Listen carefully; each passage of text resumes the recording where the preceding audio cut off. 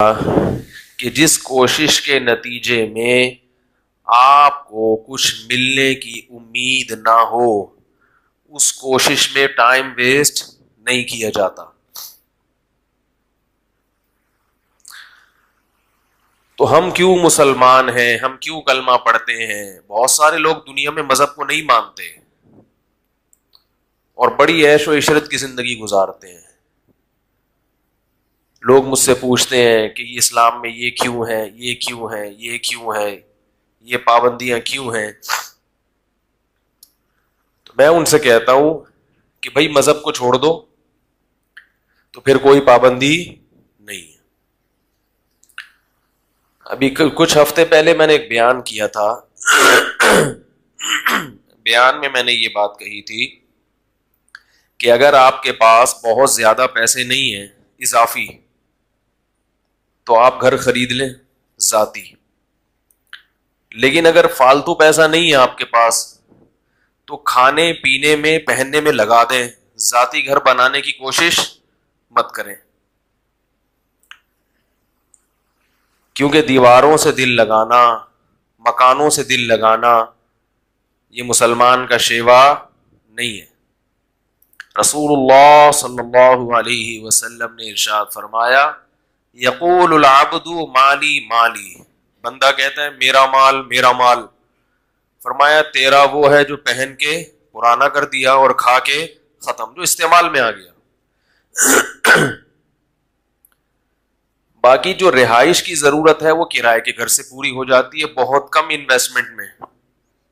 ذاتی گھر کے لیے جتنی انویسٹمنٹ کرنی پڑتی ہے اتنی انسان کی زندگی اس کا ساتھ نہیں دیتی. بس ایک حسرت کہ میرا اپنا گھر کیوں نہیں ہے. تو میں بار بار یہ بات کہتا ہوں کہ بھائی کرائے کے گھر سے بھی جنازہ نکلے گا اور ذاتی گھر سے بھی جنازہ. جس کا ذاتی گھر ہو وہ بھی ذاتی نہیں ہے, یہ دماغ سے نکال دے.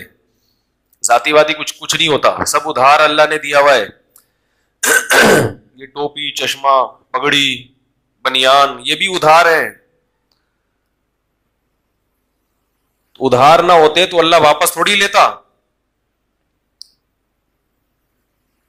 سمجھا پا رہا ہوں بھائی, سب اللہ نے کچھ دن کے لیے استعمال کی چیزیں دی ہوئی ہیں. متاع قلیل, قرآن کہہ رہا ہے زندگی گزارنے کا تھوڑا سا سامان ہے. بحریہ ٹاؤن کے بڑے بڑے پلاٹ کو اللہ کیا کہہ رہے ہیں؟ متاع, تھوڑا سا زیادہ راہ ہے.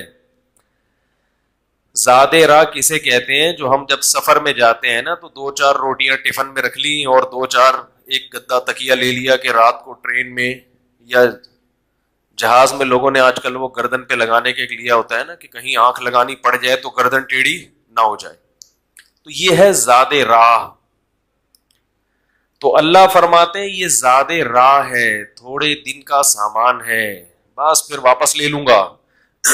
تو تھوڑے دن کے سامان میں کروڑوں کی انویسٹمنٹ وہ کرے جس کے پاس اربوں. تو چلو سارے خرچے ہو گئے تو اب چلو ایک گھر بھی لے لو. نہیں ہے تو پھر کوئی ٹینشن نہیں ہے. ذرا گلا کچھ سیٹنگ آؤٹ ہوئی ہوئی ہے اس لیے تھوڑا سا بار بار کھانس رہا ہوں, معذرت. تو نہیں ہے تو پھر ٹینشن لینے کا نہیں, کیونکہ ویسے بھی نکلنا ہے. تو میں نے 2-4 دن پہلے کسی کو یہ بات سمجھائی, کچھ لوگ بیٹھے ہوئے تھے, سمجھاتا رہا, وہ بحث کرتے رہے نہیں نہیں نہیں نہیں. میں نے کہا اصل میں آپ میں ایک وائرس ہے, جب تک وہ وائرس ختم نہیں ہوگا ہماری بات آپ کی سمجھ میں نہیں آئے گی. وہ وائرس ہے دنیا سے محبت اور دنیا کو مسافر خانہ نہ سمجھنا. کیونکہ آپ دنیا کو مسافر خانہ ہی نہیں سمجھ رہے تو میری باتیں آپ کو لگیں گی بے وقوفی کی باتیں کر رہے. وہ چیز جو انسان کی سب سے بڑی چاہت ہے, ذاتی گھر, اسی کی نفی کر رہا ہے یہ. اس وقت دنیا میں انسان کا سب سے بڑا ہدف کیا ہوتا ہے؟ میرا ذاتی گھر ہو, اور یہ اسی کی نفی کر رہا ہے. تو پھر ایسے لوگ مولویوں کو بیوقوف تو سمجھیں گے نا. دیکھو عاشورہ کے دن شیعہ ماتم کر رہے ہیں, چیخ رہے ہیں, چلا رہے ہیں. آپ چیخیں نہیں, کم از کم جو میں بات کر رہا ہوں تھوڑا سا ہاں نہ کریں. کیا خیال ہے؟ وہ دیکھو وہ پورا سیٹ اپ ہی آؤٹ ہوا ہے ان کا، چیخ رہے ہیں. تو ہم نہیں کہتے چیخیں چلائیں، لیکن جب بیان ہو رہا ہو تو اپنا رسپانس تو ایسا دینا کہ کچھ تھوڑا سا لگے کہ آپ لوگ بات سن رہے ہیں. وہ شیعہ ذاکروں کی تقریریں سنیں کیسا ہاہو چل رہا ہوتا ہے. شیعہ ذاکر جو محرم میں ان کی جو تقریریں ہیں آپ دیکھیں مجمع شور کیسا مچاتا ہے، ایسے زبردست نعرے لگ رہے ہوتے ہیں، حالانکہ بہت سی باتیں خود پبلک کی سمجھ میں نہیں بھی آ رہی ہوتی، کہ وہ پتہ نہیں جھوٹے قصے روایتیں بھی پیش کر رہے ہوتے ہیں بعض ذاکر، یعنی کہ تقریباً تمام. تو لیکن ہمارا جو ہے سنی لوگوں کا حساب ایسا ہے کہ وہ ایسے بجھے ہوئے بیٹھے ہوتے ہیں، شاید اس لیے کہ ان کی سمجھ میں آ رہا ہوتا ہے. تو سمجھ میں جب آتا ہے تھوڑا سا انسان چہرے کی ایکسپریشن ظاہر کرتا ہے. تو میں نے ان سے یہ کہا، میں نے کہا بھائی آپ چونکہ دنیا کو مسافر خانہ نہیں سمجھتے تو میری بات اس وقت سمجھ میں آئے گی جب آنکھیں بند ہونے لگیں گی. سمجھ رہے ہو؟ جب موت کا فرشتہ آئے گا آپ بولو گے یار اچھا میں نے کروڑوں روپے بچا کے بحریہ ٹاؤن میں اس لیے پلاٹ تھوڑی خریدا تھا کہ میری جنازے کو اٹھا کے قبر میں پھینکاؤ جا کے، اس لیے تھوڑی کیا تھا. تو اس وقت سمجھ میں آئے گی، لیکن وہ موت چونکہ ابھی سامنے نہیں ہے تو سمجھ میں نہیں آ رہا، اور واقعی نہیں آتا، اچھے اچھوں کی سمجھ میں نہیں آتا. اگر سمجھ میں آ جائے تو دنیا سدھر جائے. مائیکل جیکسن کی سمجھ میں یہی تو نہیں آ رہا تھا. مائیکل جیکسن نے ہاتھ پہ دستانے پہنے ہوئے تھے کہ تاکہ مسافہ کروں تو کسی کے جراثیم لگے نہیں. جب کسی سے ملاقات ہوتی تو منہ پہ ماسک چڑھا کے، کوئی گلے ملتے ہوئے چھینک مار کے کہیں جراثیم میری ناک میں بولو نا بھائی نہ پھینک دے. ڈاکٹروں کی ٹیم 24 گھنٹے اس کے ساتھ کہ کس وقت کون سا ٹیکا لگانا پڑ جائے حضرت جی کو. یہ ان کے حضرت جی تو وہی تھے نا، ان کے وہ مائیکل جیکسن امریکہ والوں کا دامت برکاتہم بھی وہی تھا، نور اللہ مرقدہ بھی وہی تھا. ٹھیک ہے نا، کیونکہ وہ اپنے حساب سے بزرگ دیکھتے ہیں، ان کے حساب سے وہی بزرگ ہے، وہی دنیا کا کامیاب ترین انسان. ڈاکٹروں کی ٹیم، آپ کہیں گے یہ عاشورہ کے دن کون سا بیان لے کے بیٹھ گیا؟ بھائی یہی تمام پیغمبروں کی تعلیمات ہیں جو میں آپ کے سامنے عرض کر رہا ہوں، یہی اہل بیت کی، یہی حضرت حسن حسین کی تعلیمات ہیں جو میں آپ کے سامنے، یہ اسلام کی روح ہے. یہ سمجھ میں نہیں آئی تو میرے بھائی پھر اپنی مرضی کے دین پہ چلنے سے کوئی کچھ بھی حاصل نہیں ہوتا. تو مائیکل جیکسن کے ساتھ ڈاکٹروں کی ٹیم. اور ایک عجیب بات آپ کو بتاؤں، مائیکل جیکسن اربوں روپے اس نے کمائے تو اس میں سے چند لوگوں کو وہ کئی بہت پیسے دیا کرتا تھا صرف اس بات کے کہ میرے جسم کا کوئی آرگن اگر خراب ہو گیا تو آپ کو دینا پڑے گا. یہ انشورنس کا ایک ٹیکنیکل طریقہ. مثلا غفار بھائی کے گردے اس نے چیک کروائے، بڑے سیٹنگ پہ ہیں. ایک ان کا غفار بھائی ہر جگہ ہوتے ہیں نا، وسیم بھائی، سلیم بھائی، غفار بھائی، وسیم جی تو یہ تو ایک کردار ہے، کیریکٹر ہے، وہ اس کو کچھ اور نام دیتے ہوں گے. تو اس نے دیکھا کہ بھئی یہ غفار بھائی ہیں، یہ بڑے صحت مند ہیں، ان کے دونوں کڈنی بالکل فٹ فاٹ ہیں. تو مائیکل جیکسن نے اپنے غفار بھائی سے یہ ایگریمنٹ کیا کہ اگر مجھے کبھی، یعنی اپنے رشتہ داروں میں نا جس کے گردے میچ بھی کر رہے ہوں، وہ تو ڈاکٹر دیکھتے ہیں نا کہ بھئی یہ میچنگ کے بھی ہیں، تو اس کو خرید لیا کہ میں آپ کو ہر مہینے اتنے ڈالر دوں گا. اگر میرے گردے ناکارہ نہیں ہوئے تو یہ آپ کو غریبی میں یہ بچت ہو گئی، اور اگر ناکارہ ہو گئے تو ایک کڈنی آپ کو اپنا مجھے دینا پڑے گا. اتنی فکر کوئی زندہ رہنے کی کرتا ہے؟ بولو بھائی. اسی طرح اور بھی جو پارٹس ہیں باڈی کے، کہا جاتا ہے کہ مائیکل جیکسن کہتا تھا کہ میں 150 سال تک زندہ رہ کے دکھاؤں گا.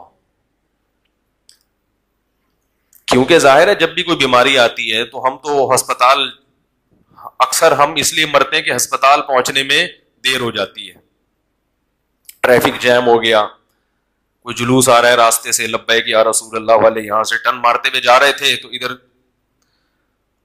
لبیک یا رسول اللہ میں 3-4 آدمی مر گئے. تو ہمارے یہاں تو یہ مسائل ہیں, یا کوئی اسٹرائک ہے, کوئی ہڑتال ہے,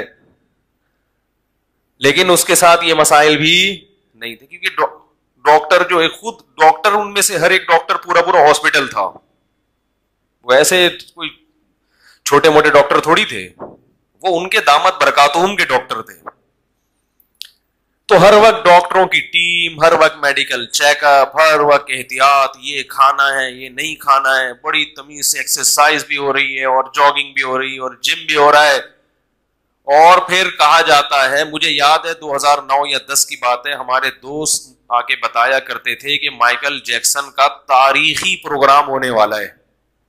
اتنا بڑا پروگرام امریکہ میں ہونے والا ہے کہ اس سے پہلے کبھی اتنے ٹکٹ فروخت نہیں ہوئے ہیں, کروڑوں اربوں روپے کا بزنس ہونے والا ہے. دوست احباب بتاتے تھے کہ اتنا بڑا پروگرام مائیکل جیکسن کا ہونے والا ہے کہ آج سے پہلے اتنا اور ہٹو بچوں ہونے والا ہے. کیا ہونے والا ہے؟ ایسا ڈانس کرے گا کہ ہٹو بچوں ہو جائے گا, اور اس کی ریہرسل ہو رہی ہے بہت دنوں سے. تو جو دوست ہمیں بتاتے تھے نا کہ بھئی ایسا ہونے والا ہے, ہونے سے چند دن پہلے انہوں نے آ کے بتایا کہ مائیکل جیکسن رات کو سوئے, صبح پولیس سے بھی نہیں اٹھے. ایسا سوئے ہیں, ایسا سوئے کہ امریکہ کی پولیس بھی ان کو نہیں اٹھا سکتی. کتنی بھی گہری نیند میں ہو یا کیسا بھی ہو, پولیس آتی ہے تو اچھے اچھوں کو اٹھنا پڑتا ہے. تو میں نے کہا یار یہ کیسے ہو گیا؟ ابھی تو آپ بتا رہے تھے اس کا پروگرام ہونے والا ہے, پھر اتنے ڈاکٹر, پھر جراثیم سے ایسی حفاظت, اور ڈاکٹروں کی ٹیم 24 گھنٹے ساتھ. تو اس کو مرنے سے پہلے کم از کم چانس تو ملنا چاہیے تھا نا, ڈاکٹروں کو بھی تو کچھ کرنے کا چانس ملنا چاہیے تھا کہ بھائی اس کو کسی طرح سے بچاؤ. تو انہوں نے کہا پتہ نہیں کیا ہوا ہے, اچانک ہی مر گیا. تو میں نے عبرت کے لیے تقریباً 1-1.5 ہفتہ پہلے سرچ کیا کہ مائیکل جیکسن کی موت کیسے ہوئی. تو ایک بات خوب ذہن میں رکھیں کہ ہمارے ہاں یوٹیوب پہ چھوڑو بہت ہیں. یہ جو یوٹیوب کی تحقیقات ہوتی ہیں نا, قابل اعتماد نہیں ہوتی. اس میں ایک تحقیق تھی, مائیکل جیکسن مرا نہیں, اس کو بلکہ مارا گیا, بڑے دلائل سے. یہ بات غلط ہے. جب تک آفیشلی کسی چیز کی تصدیق نہیں ہوتی, قانونی طور پر تصدیق نہیں ہوتی, لوگوں کی انفرادی خبروں پہ اعتماد مت کیا کریں. کتابوں کے حوالے اور ادھر ادھر یہ سب کر لیتے ہیں. آپ کو کیا پتا کہ یہ جو حوالہ دے رہا ہے یہ صحیح بھی ہے یا غلط ہے؟ عین ممکن ہے واقعی کسی نے مارا ہو, مگر اس کی کوئی ابھی تک دلیل سامنے نہیں آئی. وہاں جو آفیشلی جو چیز بتائی گئی ہے وہ یہ کہ یہ طبعی موت مرائی ہے, کسی نے قتل نہیں کیا, خود سے ہارٹ اٹیک ہوا یا کیا ہوا واللہ اعلم. چلو مرا ہے یا کسی نے مارا ہے, لیکن 50 سال ایک صحت مند آدمی کے لیے جوانی کی عمر ہوتی ہے, بڑھاپے کی نہیں ہوتی. اللہ نے عبرت کا نشان بنا دیا, عبرت کا نشان کہ مائیکل جیکسن یہ دنیا مسافر خانہ ہے, تمہارے باپ کی جاگیر بولو بھائی نہیں ہے. کاش کاش کاش وہ تو چلا گیا, کاش انسانوں کو عبرت حاصل ہو. ہماری عبرت کی آنکھیں اندھی ہو گئی ہیں. میں اپنے لیے بھی کہتا ہوں, میں کسی اور کو ملامت نہیں کر رہا. میں یہ جتنی باتیں یہاں ممبر پہ بیٹھ کے کرتا ہوں, سب سے پہلے اپنے آپ کو خطاب کر رہا ہوں. عبرت کی آنکھیں اندھی ہو گئی ہیں. دنیا میں کوئی واقعہ, کوئی نصیحت ایسی نہیں ہے جس سے ہمیں سبق حاصل. کتنے لوگ نوجوان ہمارے حسرت کرتے ہوں گے مائیکل جیکسن, کاش ہم مائیکل جیکسن کی جگہ ہوتے. کسی نے بتایا کہ ایک دفعہ ڈانس کے دوران لڑکیوں نے اپنے کوٹ پھاڑ دیے. اتنا زیادہ ایکسائٹیڈ لڑکیاں ہو جاتی تھیں اس کے بھی.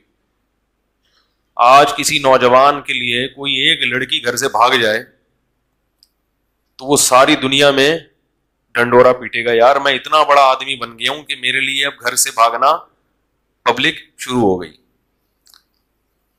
کیسا اللہ نے عبرت کا نشان بنایا. ختم. مائیکل جیکسن دنیا سے, بولو بھائی, ختم, مٹی. اب ڈانس کرو اندر قبر میں, لوگ اس کی قبر پہ پھول چڑھا رہے ہیں, کیا کیا کر رہے ہیں, لیکن اس سے مائیکل جیکسن کی ذات کو کوئی فائدہ نہیں ہو رہا. ثم ردوا الى الله مولاهم الحق الا له الحكم وهو اسرع الحاکمین احکم الحاکمین. فرمایا کہ اس کے بعد اب تمہیں اس رب کی طرف لوٹایا جائے گا جس نے تمہیں پانی کے ایک ناپاک قطرے سے پیدا کیا تھا. اللہ اس موقع پہ فرماتے ہیں الا, خبردار, خبردار, ہوشیار, سنو, لہ الحکم, حکومت کس کی ہے؟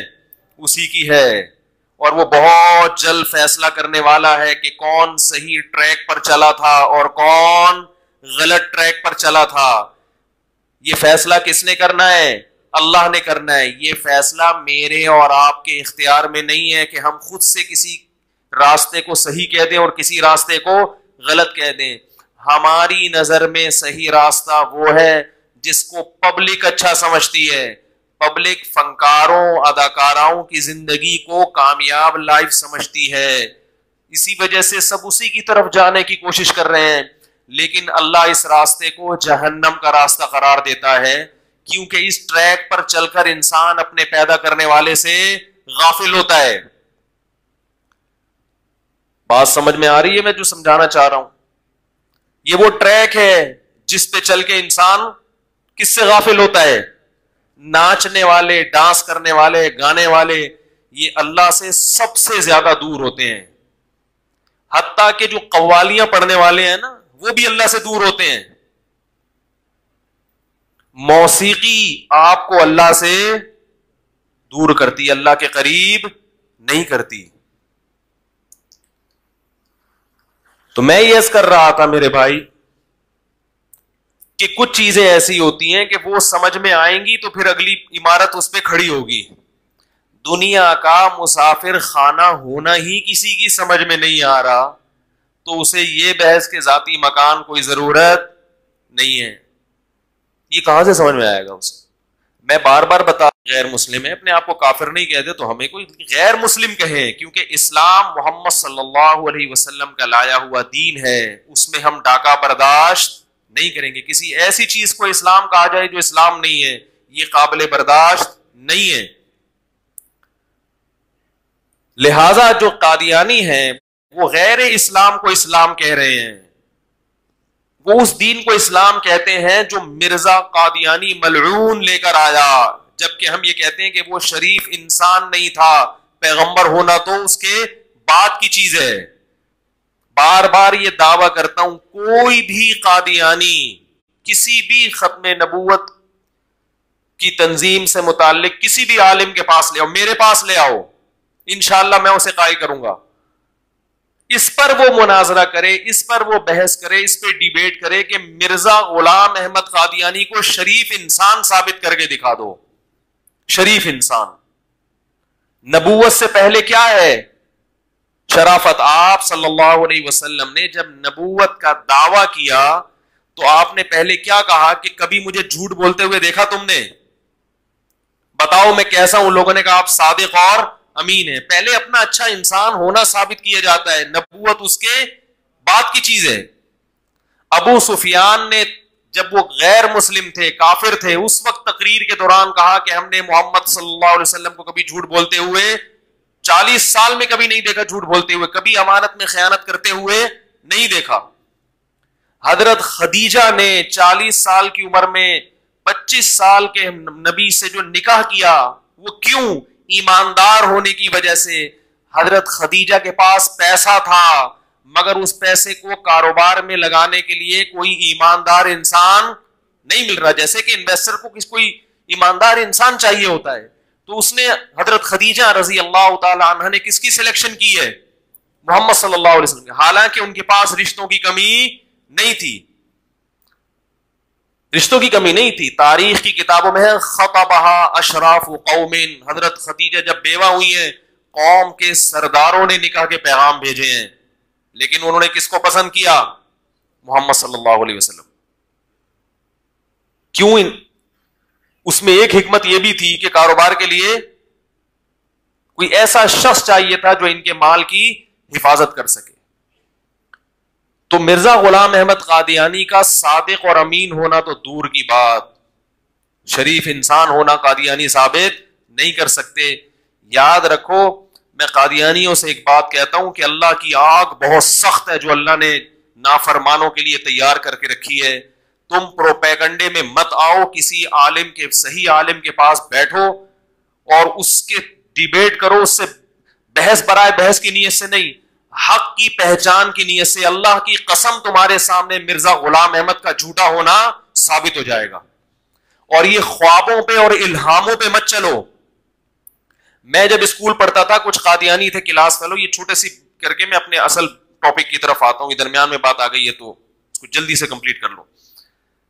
قادیانی زیادہ تر الہاموں پہ اور خوابوں پہ چلتے ہیں کہ مجھے خواب میں مرزا غلام احمد کی بشارت ہوئی ہے، محمد صلی اللہ علیہ وسلم کی بشارت ہوئی، انہوں نے فرمایا یہ نبی ہے. اس طرح کی چیزوں پہ چلتے ہیں.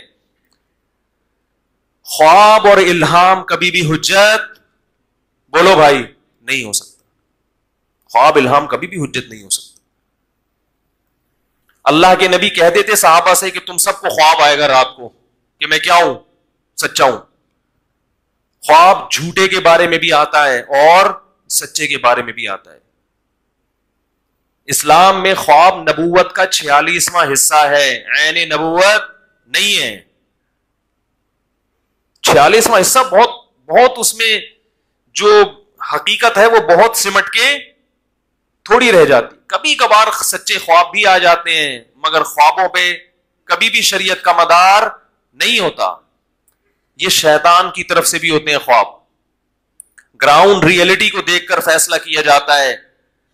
کبھی بھی خوابوں کی بنیاد اور الہاموں کی بنیاد پہ شریعت کے مسائل چینج نہیں ہوتے. ایک آدمی کا دلائل کی دنیا میں جھوٹا ہونا ثابت ہو گیا، روزانہ خواب میں فرشتہ آ کے کہے نا یہ سچا ہے، آپ کبھی بھی اس کے ساتھ کاروبار نہیں کرو گے. آپ بولو گے فلاں کے پیسے بھی لے کے بھاگا، فلاں کے بھی لے کے بھاگا، فلاں کے بھی لے کے بھاگا، تو میں خواب کی بیس پر 1 کروڑ اس کے حوالے کر دوں، ایسا کبھی بھی نہیں کرو گے آپ. تو خوابوں کی بیس پر اپنا پیسہ کسی کے حوالے نہیں کیا جاتا. کسی جھوٹے کو سچا نبی کیسے مان لیا جاتا ہے بھائی؟ کیونکہ میں قادیانیوں کے ساتھ اٹھا بیٹھا ہوں بچپن میں، مجھے اندازہ ہے کہ یہ کن چیزوں کو فوکس کرتے ہیں. خواب الہام، خواب میں سویا تو مجھے یہ آ گیا، میں اٹھا تو پورا دین اس پہ چل رہا ہے. اور ہمارے ہاں بھی بہت سے بدعتیوں کا دین خوابوں اور الہاموں پہ چل رہا ہے. حضرت جی آئے تھے مجھے خواب میں، حضرت جی نے یہ بولا، حضرت جی نے وہ. میں کہا تو اللہ کا واسطہ تو سو جایا کر آرام سے. بہوؤں کو خواب میں سانسیں چڑیل بن کے نظر آ رہی ہیں، کہتی ہیں سچا خواب ہے، کیونکہ سانس کیا بن کے نظر آئی ہے؟ چڑیل. اور ساس جب سوئی تو بہو اس کو سانپ بن کے نظر آئی خواب میں. وہ اٹھ کے کہتی میں تو پہلے ہی کہہ رہی تھی یہ سارا مسئلہ کہاں سے ہو رہا ہے؟ یہاں سے ہو رہا ہے. میں کہتا ہوں اللہ کا واسطہ، بہو سے کہتا ہوں تو کہ تم اپنی ساس کو چڑیل سمجھتی ہو، لہذا خواب میں وہی آئے گا جو دن میں دماغ میں گھسا ہوتا ہے. اگر اس کو خیر خواہ سمجھو تو وہ فرشتہ بن کے آئے گی، فرشتہ. خیر کہاں سے کہاں بات چلی گئی. تو دیکھو جو لبرل لوگ ہیں جن کو مذہب سے محبت ہی نہیں ہے تو وہ ایسی باتیں کریں گے، لہذا اس میں پریشان ہونے کی ضرورت نہیں. وہ تو کہیں گے یہ کیا ہے. وہ پھر ہر چیز میں وہ یہ بھی چاہتے ہیں عورت گھر سے باہر نکلے، وہ یہ بھی چاہتے ہیں عورت کو کپڑوں کی پر پابندی نہ ہو، آزادی ہو. وہ یہ بھی چاہیں گے کہ مذہب کو مسجد کی حد تک محدود کیا جائے، مذہب کو ریاست سے نکال دیا جائے. تو وہ سب کے ایک ہی نعرے ہیں، تشابہت قلوبہم. اللہ کہتے ہیں ان کے دل سب کے ایک جیسے ہیں. تو سب ایک جیسی باتیں، جو باتیں کافر کر رہا ہے وہی باتیں یہ بھی کریں گے، کیونکہ یہ لبرل مسلمان ہیں. تو اس لیے اللہ نے اس آیت میں پہلے بتا دیا وَمَنْ أَرَادَ الْآخِرَةَ، جو آخرت کا ارادہ کرنا چاہتا ہے، جو چاہتا ہے کہ میں جنت میں جاؤں، تو پہلی شرط کامیابی کی کیا ہوئی؟ کس کا ارادہ کرنا پڑے گا؟ یعنی اللہ نے یہ کامیاب لوگوں کی علامت بتائی ہے کہ پہلی شرط کیا ہے کہ آپ کوئی بھی عمل کر رہے ہو تو نیت کیا ہو؟ اللہ کو خوش کرنا اور جنت طلب کرنا نیت ہونی چاہیے. آگے ارشاد فرمایا وسعا، اور پھر اس کے لیے کوشش بھی، بولو بھائی، شروع کر دے. بہت سے لوگوں کی نیت آخرت. کربلا پہ جو واقعات بیان کیے جاتے ہیں، لیبل لگایا جاتا ہے حضرت حسین کی محبت. لیبل لگایا جاتا ہے کہ حضرت حسین کی محبت اس لیے کہ وہ نبی کے نواسے. لیبل لگایا جاتا ہے کہ نبی کے نواسے سے محبت کرنا در حقیقت نبی سے، اور نبی سے محبت کرنا در حقیقت اللہ سے. مگر زیادہ تر خطیب صرف یہ لیبل استعمال کر رہے ہیں، نہ نبی سے محبت نہ نبی کے نواسے سے. اصل مقصد ہے پبلک کو خوش کرنا اور مجمع کو گرم کرنا.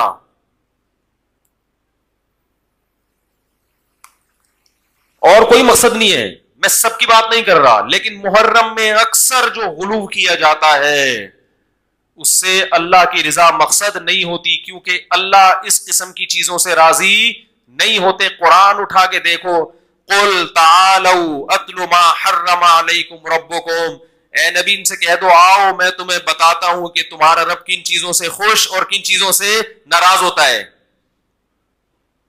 کتنا پیارا انداز ہے قرآن کا. مشرکین مکہ بھی اللہ کو خوش کرنے کے لیے کچھ عجیب عجیب کام کیا کرتے تھے.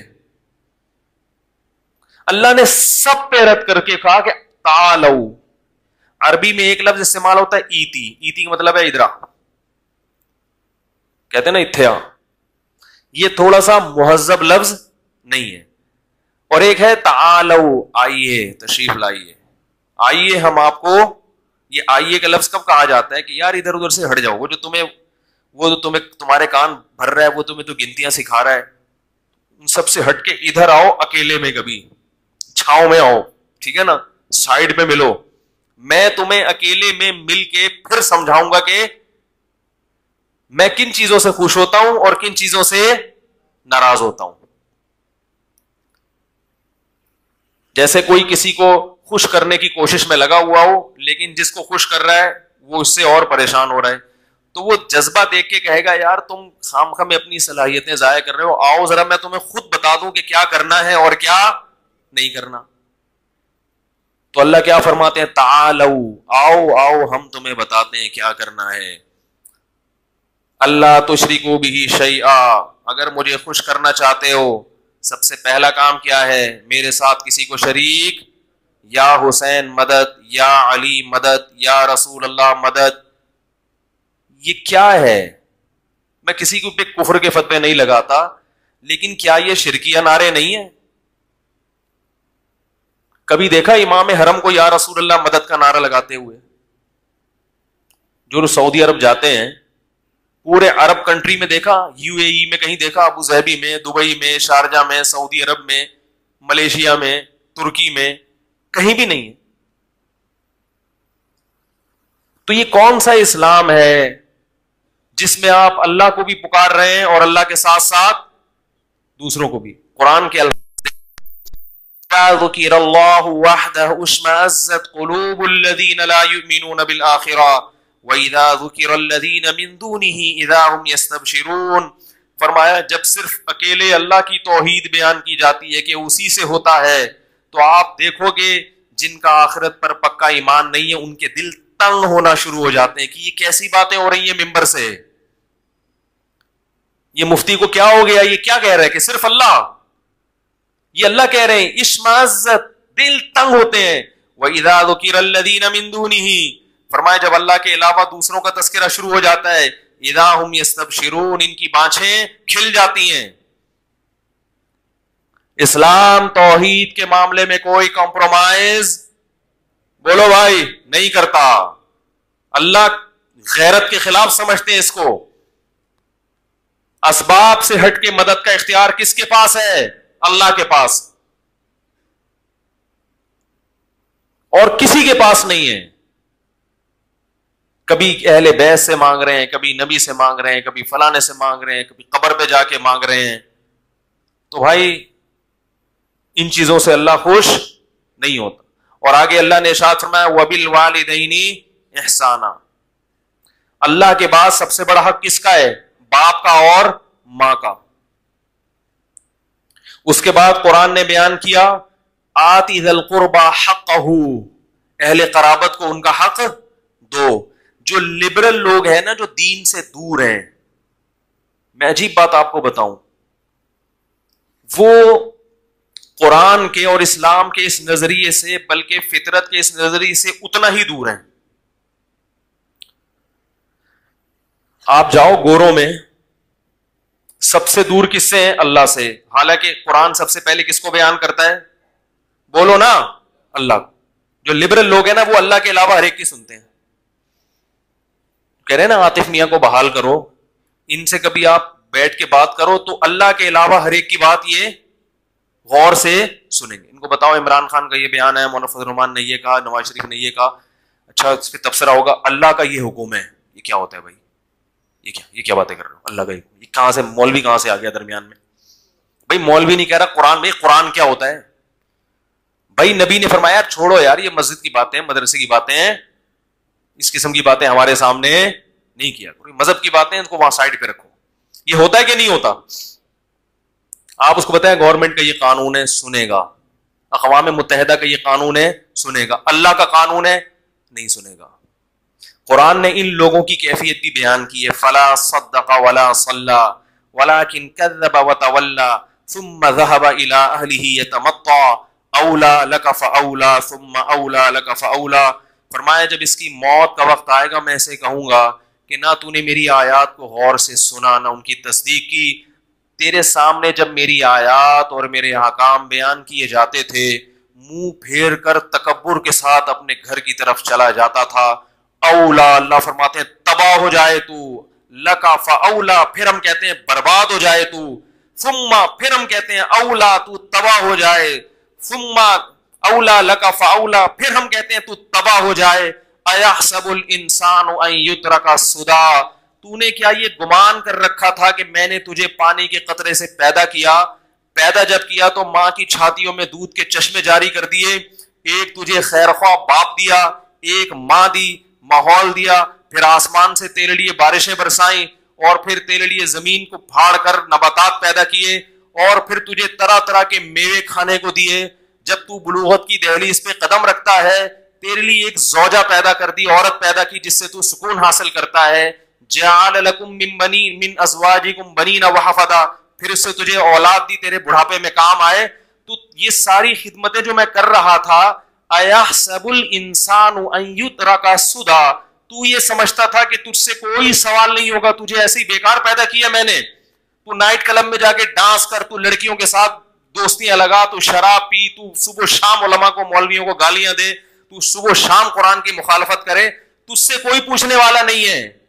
یہ کتنی بڑی حماقت اور کتنی بڑی بیوقوفی ہے جس میں یہ لبرل طبقہ مبتلا ہے کہ جس نے پیدا کیا اس کا کوئی حق نہیں ہے. وہ نہیں ہم سے پوچھے گا کہ کیا صحیح ہے اور کیا غلط ہے.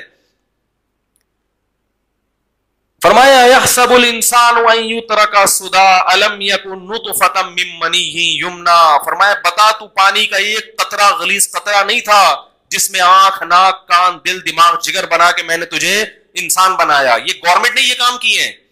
گورنمنٹ کی سن رہا ہے, پی ٹی آئی کی سن رہا ہے, جے یو آئی کی سن رہا ہے, نواز شریف کی سن رہا ہے, ہر ایک کی سن رہا ہے. نہیں سن رہا تو کس کی؟ اللہ. اس کو کہتے ہیں اس کو محدود کر دو, مذہب کو محدود کر دو. کہاں تک؟ مسجدوں تک. اگر اسلام مسجدوں میں محدود ہونے کے لیے آیا تھا تو اسلام میں اور ہندو مذہب میں پھر کوئی فرق نہیں ہے. یہ اللہ کا دین ہے, اللہ کا دین, یہ اللہ کا دین ہے, ہر انسان پہ لاگو ہوگا, ہر انسان پہ. اور اسلام آیا ہی دنیا میں حکومت کرنے کے لیے ہے, کیونکہ الاسلام یعلو ولا یعلی علیہ. اللہ نے قانون بیان کیا کہ اسلام اونچا, اسلام پر کوئی غالب, بولو بھائی, نہیں آئے گا. انڈیا پاکستان کو جو 2 ٹکڑوں میں تقسیم کیا گیا اس کی بیس یہ تھی کہ ہم اسلام حکومت میں چاہتے ہیں. نجی زندگی میں تو امریکہ میں بھی اسلام ہے میرے بھائی. امریکہ میں کوئی آپ کو مسلمان بننے سے، بولو، برطانیہ میں کوئی آپ کو تبلیغ میں یا حج کرنے سے نہیں روکتا. پاکستان بننے کا مقصد تھا اسلام چاہیے، قانون اسلام ہونا چاہیے، اسلام کے خلاف کسی کو چلنے کی اجازت نہیں ہونی چاہیے، اور اقلیتوں کو وہ حقوق دیے جائیں گے جو کس نے دیے ہیں؟ اسلام نے دیے ہیں. ایک عرصے سے مسلسل یہ بحث ہو رہی ہے ٹیلی ویژن پہ، اخباروں پہ، کہ اسلام کو ریاست سے نکالو. اسلام ریاست میں رہنے کے لیے آیا ہے، ریاست سے نکلنے کے لیے بولو بھائی نہیں آیا. یہ لوگ یہ پاکستان کے حامی ہیں، ویسے بڑے فنٹر بنتے ہیں کہ ہم قانون کی بات کرتے ہیں، ہم قانون کی بات کرتے ہیں. تو آپ کتنی بڑی بھول کر رہے ہو. پھر آپ یہ نعرہ لگاؤ کہ انڈیا اور پاکستان کی سرحدوں کو ختم کر دو، پھر آپ یہ نعرہ لگاؤ آپ کہ جو بیس تھی وہ بیس کیا تھی، ورنہ کیا ضرورت تھی الگ ہونے کی بھائی. وہ بھی دو روٹی کھاتے ہیں، ہم بھی دو روٹی کھاتے ہیں، وہ بھی ہماری طرح کے انسان ہیں، ہندو بھی، ہم بھی ان کی طرح کے انسان ہیں. تو اللہ نے قرآن میں فرمایا وَمَنْ أَرَادَ الْآخِرَةَ، جو آخرت کے لیے کوشش ارادہ کرے گا، نیت صحیح کرے. دوسری کامیابی کی علامت وَسَعَى، اور پھر اس کی کوشش بھی کرے. بیٹھے بیٹھے کچھ بھی حاصل نہیں ہوتا، قوالیوں سے جنت میں داخلہ نہیں ہوتا. اس شرط ایمان مصطفیٰ سے والہانہ پیار ہے. شاعر نے کہا ہے کہ مصطفیٰ صلی اللہ علیہ وسلم سے جب تک والہانہ پیار نہیں ہوگا آپ کا ایمان مقبول نہیں ہوگا. لیکن آگے بڑی پتے کی بات کی، پیار لیکن پیر بھی ہے، پیر بھی دشوار ہے. محبت نام ہے کس کا؟ بولو بھائی اتباع کا. اہل بیت سے محبت اہل بیت کی اتباع کا نام ہے. اہل بیت کبھی مرثیے، جو اہل بیت کربلا میں شہید ہوئے، تو جو اہل بیت کربلا میں موجود نہیں تھے وہ ان کی شہادتوں پہ انہوں نے ماتم، بولو بھائی، نہیں کیا. کس کو خوش کر رہے ہو بھائی؟ تو وسعا، قرآن کہتے ہیں کوشش بھی کی، کوشش کی اس نے. اور آگے بڑے عجیب الفاظ ہیں، وسعا لہا سعیہا، آخرت والی کوشش کی. کیا مطلب؟ آپ جنت میں جانے کی کوشش تو کر رہے ہیں مگر اخفل طریقے سے. پشتوں میں کیا کہتے ہیں؟ بولو بھائی، اخفل طریقے سے. تو جتنی مرضی کوشش کر لو وہ معتبر، بولنے میں کوئی ٹیکس نہیں ہے، وہ کوشش معتبر نہیں ہے، جتنی مرضی کر لیں.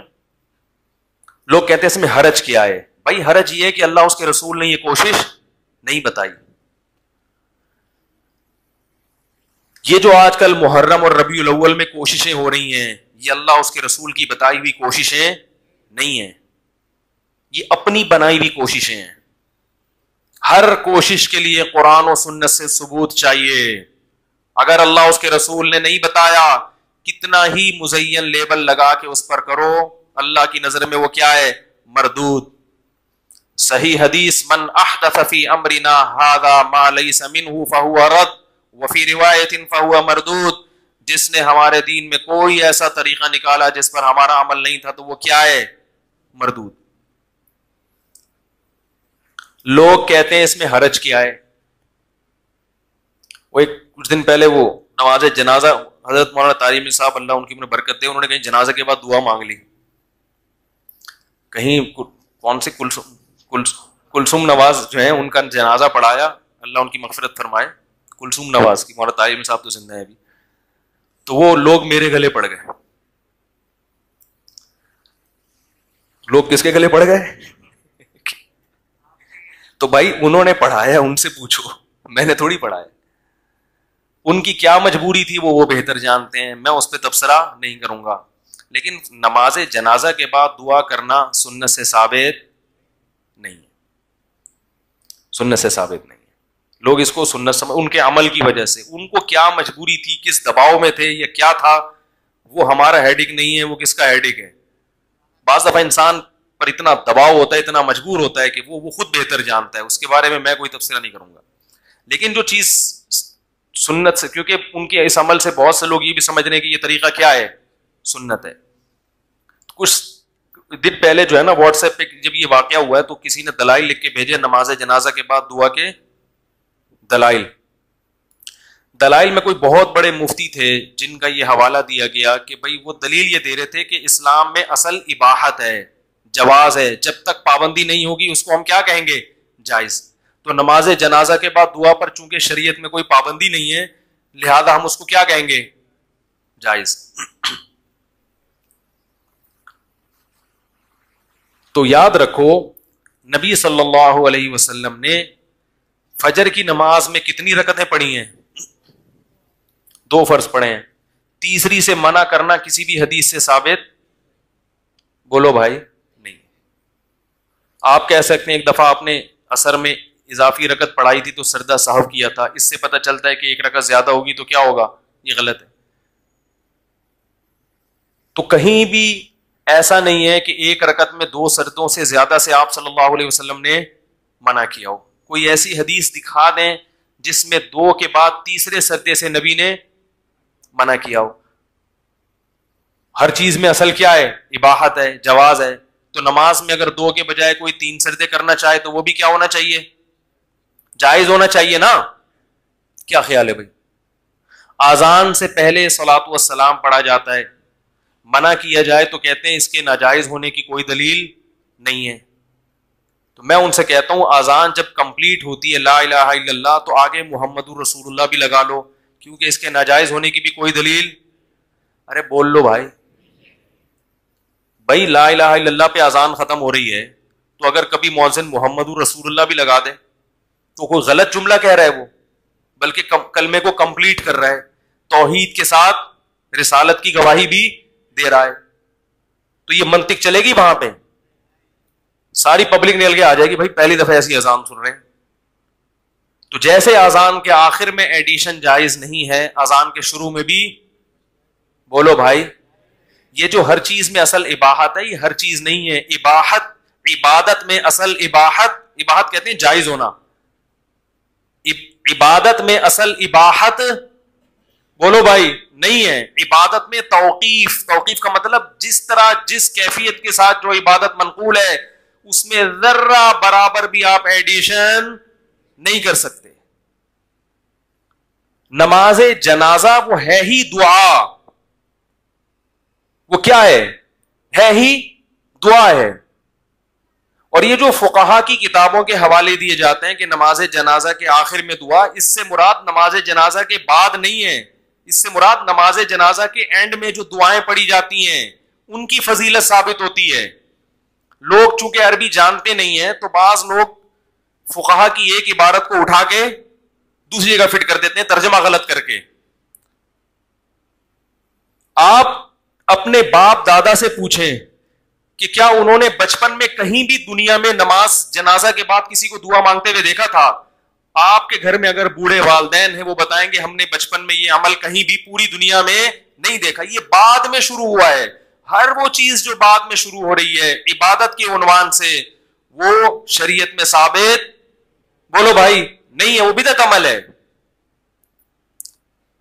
تو اللہ نے قرآن میں فرمایا وسعى لها سعيها, وہ کوشش کرے, وہ والی کوشش جو آخرت کی کوشش ہے. پتہ چلا ہر کوشش آخرت کی نہیں ہوتی. کچھ کوششیں اچھی تو ہوتی ہیں مگر آخرت کی نہیں ہوتی. وہ اگر آپ ان کوششوں میں لگ گئے تو آپ کا عمل برباد ہوگا. اور قرآن کہہ رہے الذین ضل سعیہم فی الحیاۃ الدنیا وہم یحسبون انہم یحسنون صنعا, فرمایا کچھ لوگ ایسے ہیں جن کی کوششیں دنیا میں ضائع ہو جائیں گی جبکہ وہ یہ سمجھ رہے ہوں گے کہ ہم اچھی کوشش کر رہے ہیں.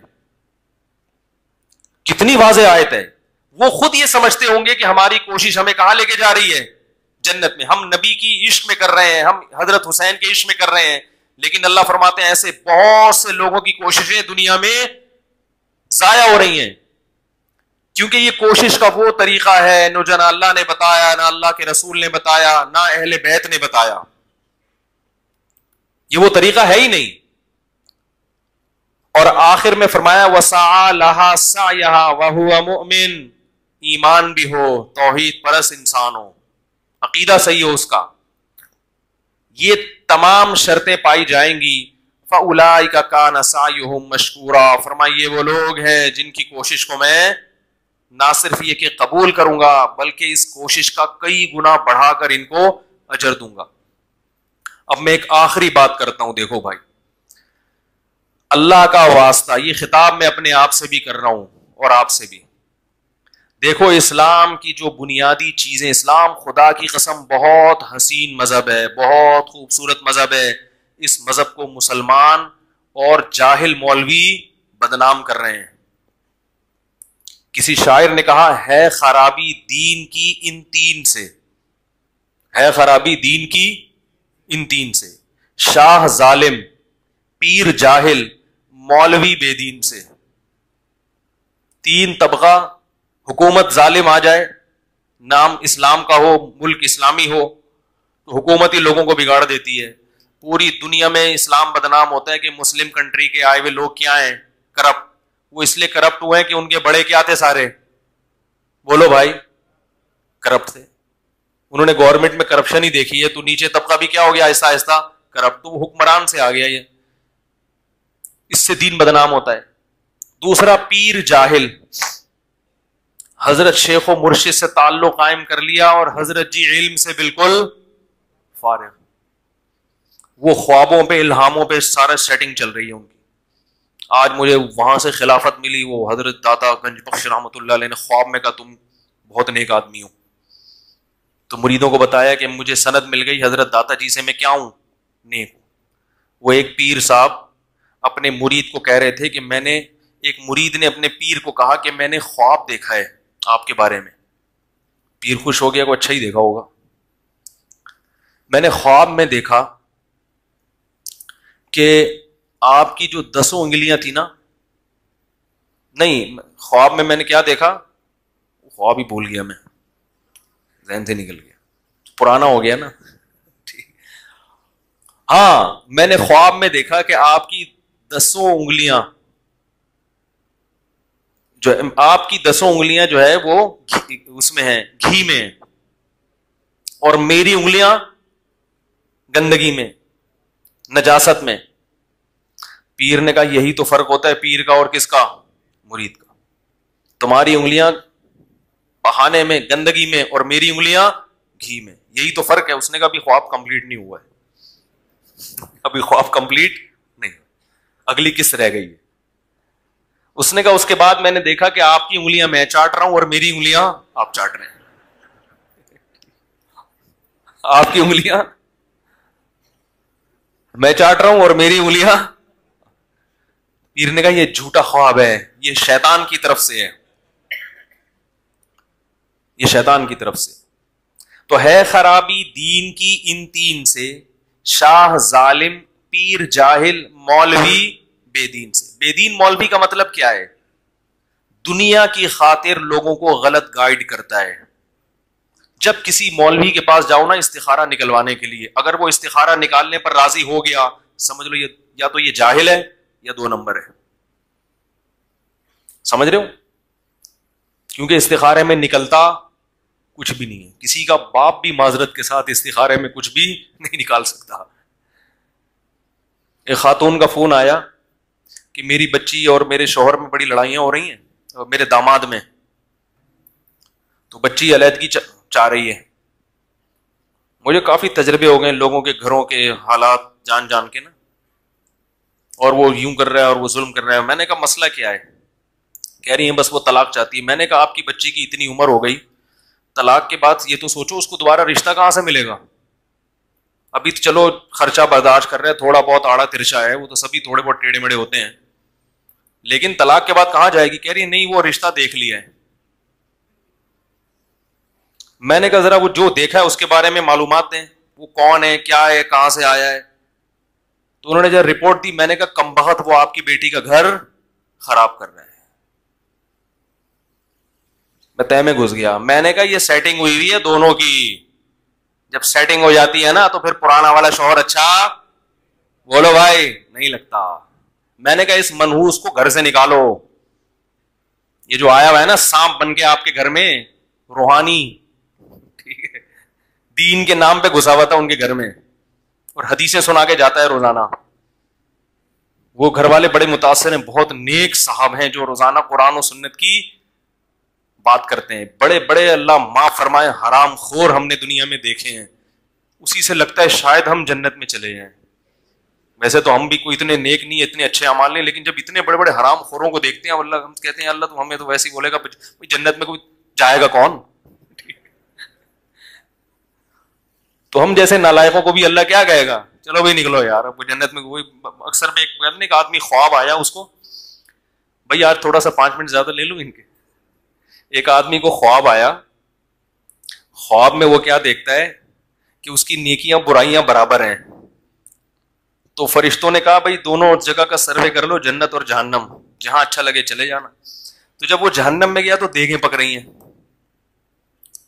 دیگوں پہ دیگیں, بڑا حیران ہوا. جنت میں آیا تو دال چاول کھا رہے ہیں لوگ, کچھ لوگ چائے میں ڈبو کے پاپے کھا رہے ہیں. اس نے خواب میں فرشتوں سے پوچھا یہ کیا یار, ادھر دیگیں ادھر پاپے. تو فرشتے کہتے ہیں اب 4 آدمیوں کے لیے دیگ پکائیں کیا. اس 4 میں ایک توصیف الرحمان, ایک انجینئر ہے, 2-4 آدمی, اور ایک غامدی صاحب ہیں, پروفیسر غامدی. یہ 3-4 آدمی ہیں جو اپنے علاوہ کسی کو بھی درست نہیں سمجھتے. تو یہ 3-4 آدمی جنت میں گئے ہیں, تو اب ان کے لیے کیا ہے, کیا دیگ اور کیا دودھ کی نہریں. ٹھیک ہے, ہم نے فرشتوں سے بول دیا ہے چائے پاپوں کا انتظام کر دو. تو ایسے ایسے حرام خور ہم نے دنیا میں دیکھے ہیں کہ ہمیں کچھ امیدیں اللہ سے قائم ہونا شروع ہو جاتی ہیں. شاید اللہ ہمیں بخش دے. ٹھیک ہے عملی کوتاہی ہے, مگر اتنے بڑے اللہ کا شکر ہے فراڈ ہی نہیں ہے. تو گھروں میں گھس کے بچیوں کو خراب کرتے ہیں, شوہروں کے خلاف سیٹنگ ہو جاتی ہے, پھر والدین کو غلط ہسٹری سنائی جاتی ہے. سمجھ رہے ہو, سانپ ہوتے ہیں. خیر میں یہ کیا کہہ رہا تھا کہ ہے خرابی دین کی ان 3 سے, شاہ ظالم پیر جاہل مولوی بے دین, جو 2 نمبر ہے دکانیں چمکا رہا ہے بیٹھ کے, ان لوگوں نے دین کو بدنام کیا ہے. تو میرے بھائی ہم کس کے, آخری بات دیکھو, دین ہمارا برائیوں سے روکتا ہے, بس اسی کو فوکس کرنا ہے. اللہ نے کیا کہا کہ شرک مت کرو, والدین کے ساتھ بولو بھائی حسن سلوک کرو. کتنا اچھی بات ہے. کل ایک شخص آیا نوجوان, کہتے ہیں میرے والد مجھے کمانے کے لیے امریکہ بھیج رہے ہیں لیکن میں نہیں جانا چاہتا. میں نے کہا کیوں؟ کہہ رہے ہیں مجھے پتا ہے میں اکیلا بیٹا ہوں, اگر میں چلا گیا میرے باپ کی خبر گیری کرنے والا کوئی نہیں ہوگا. وہ تو بیچارہ کہہ رہا ہے لیکن میں کیسے چلا جاؤں. میری آنکھوں سے آنسو ٹپکنا شروع ہو گئے اس کی یہ حالت دیکھ کے. میں نے کہا اللہ ایسے نیک لوگ بھی الحمدللہ دنیا میں ہیں. کہہ رہے ہیں یار باپ بوڑھا ہے, وہ کیسے وہ چلے گا بیچارہ. یہ ہے اسلام. فرمایا وبالوالدین احسانا. دوسرے نمبر پہ اللہ کس چیز کا حکم دیتا ہے؟ والدین کے ساتھ حسن سلوک. اور پھر اللہ نے ارشاد فرمایا وَلَا تَقْرَبُوا مَالَ الْيَتِيمِ, وراثت کو وقت پر تقسیم کر دو, کسی کا مال مت کھاؤ. یتیم کا ذکر اس لیے کہ وہ کمزور ہوتا ہے, کسی کو بھی کمزور سمجھ کے اس کا مال دبانے کی کوشش مت کرو. ہم میں سے ہر شخص دوسرے کے ساتھ فراڈ کر رہا ہے. چند سال پہلے میرا نام آ گیا فری عمرے میں, ہوتا ہے نا اس میں نام نکل آتا ہے, تو اب ان کا عمرہ کیا ہوگا, وہ کہتے ہیں نا یہ پرچیاں اٹھائیں جس کا نام آ گیا وہ کیا ہے. میں جب عمرے پہ گیا تھا نا 2-4 سال, ایک تو اپنے خرچے پہ بھی گیا ہوں الحمدللہ. لوگ سمجھتے ہیں مولوی اپنے خرچے پہ جاتے ہی نہیں ہے, پورا اپنے خرچے پہ بھی عمرہ الحمدللہ کر کے آیا ہوں. ایک دفعہ غریبی میں نام آ گیا قرآن اندازی میں فری میں, ہم سمجھے فری میں, یہ فراڈ ہو رہے ہیں. ٹریول ایجنسیاں یہ کیا کر رہی ہیں, ہم سمجھے فری میں. اتنا خرچہ ہو گیا میرا غیر متوقع, میں پاگل ہو گیا. انہوں نے کہا پتہ نہیں صرف ٹکٹ فری ہے یا کیا, صرف ویزا فری ہے, واللہ اس کے علاوہ کچھ بھی فری نہیں تھا. اور جب ہم عمرہ کر کے آئے تو اچھی خاصی جیب ہماری خالی ہو گئی تھی. اس کے بعد پھر 8-9 مہینے بعد ٹریول ایجنٹ کا فون آیا کہ 35,000 ابھی ہم کاغذ کر رہے تھے تو آپ کے ذمے نکلتے ہیں.